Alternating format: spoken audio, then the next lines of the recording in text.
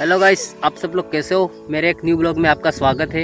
आप सब लोग अच्छे ही होंगे गाइस। देखो हमारे खेत का काम चालू हो गया है। खातर मेनवानी तैयारी चालू थी गई। देखो गाइस, ये देखो वाली मार घेर वाली मक्की रोपी रही, आसी करी रही और सोरी सिंचाई।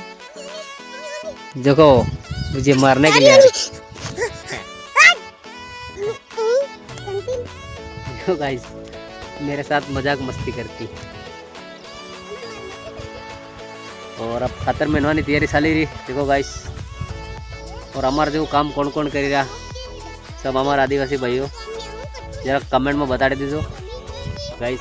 और હવે પાણી બાબો ચાલુ થઈ ગયો અને આજે આવતો નહીં। સવારમાં ચાલ્યું તો પણ બંધ થઈ ગયો। આમો બે જણા મક્કી આસી કરી રહ્યા અને ઓલી સોરી બી કરવા લાગે। देखो જો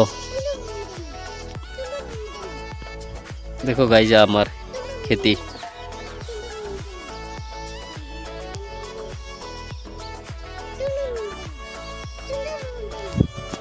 मक्की आसी थी गई गाइस। हमें खातर मेनवाना है।